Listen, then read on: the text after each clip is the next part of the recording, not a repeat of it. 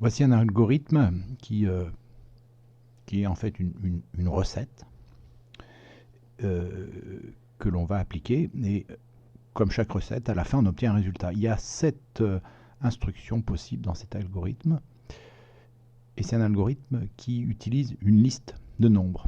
Alors, pour tester cet algorithme, on va avoir besoin de créer une liste de nombres. Et une liste, c'est voilà un exemple de liste. Là, c'est des nombres entiers, et chaque nombre correspond à un exposant. Il faut bien faire attention que le premier exposant, c'est celui qui a l'indice 0, et puis après, on ajoute 1 à chaque fois. Donc là, on a bien une liste avec 4 éléments, dont le premier de la liste, celui qui a l'indice 0, correspond à la valeur 5.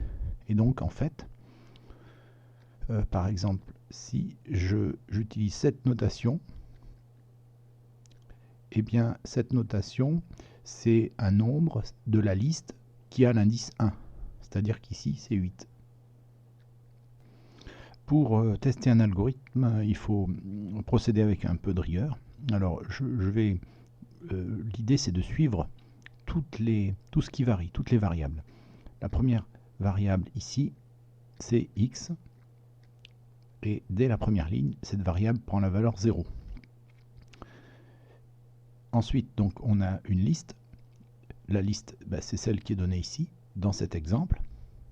Et à partir de la ligne 3, on fait une boucle dans laquelle, je vais mettre juste le début, on va s'intéresser à des valeurs de i qui sont les indices de la liste. Donc pour i dans L, faire, ça se traduit pour chaque indice de la liste, faire quelque chose. Donc le premier indice, c'est l'indice 0. Donc on va commencer par faire quelque chose avec i égale 0.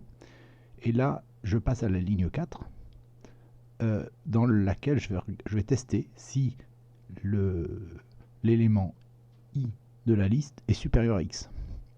Donc, là, je regarde si L de 0 est supérieur à x. X, ça vaut 0. Et L de 0, c'est 5. Donc ça, c'est juste. Donc, x, je vais effectuer ce qui est demandé après. X va prendre la valeur L de 0. Donc, x prend la valeur 5, plus la valeur 0.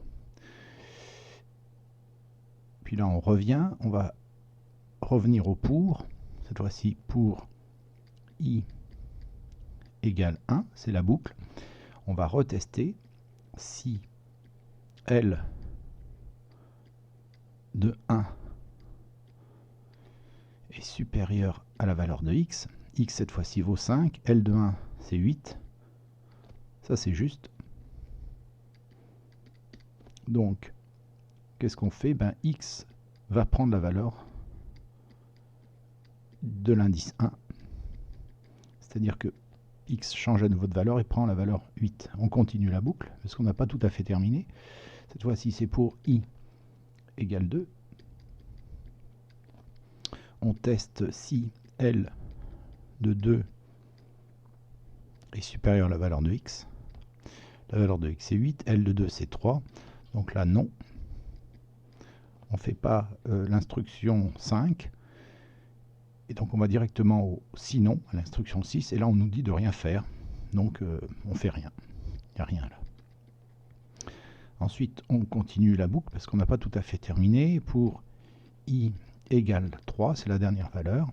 Et là, on teste si L de i égale 3, donc L de 3, c'est supérieur à x. X vaut 8 toujours. L de 3, c'est 6. Donc là, on est dans le cas où c'est faux, si c'est pas plus grand que 8. Donc, on fait rien. Et puisque i égale 3, on a terminé tous les indices de la liste.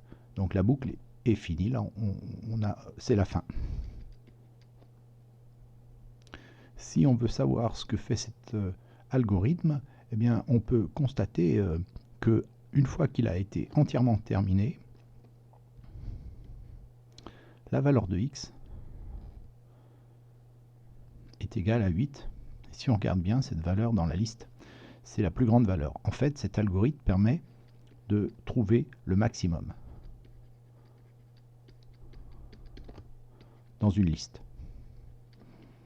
Alors là, on a pris un exemple avec une liste qui contient 4 valeurs, mais si on avait plus de valeurs, eh bien, on ferait ce test-là pour plusieurs valeurs et on arriverait au même résultat.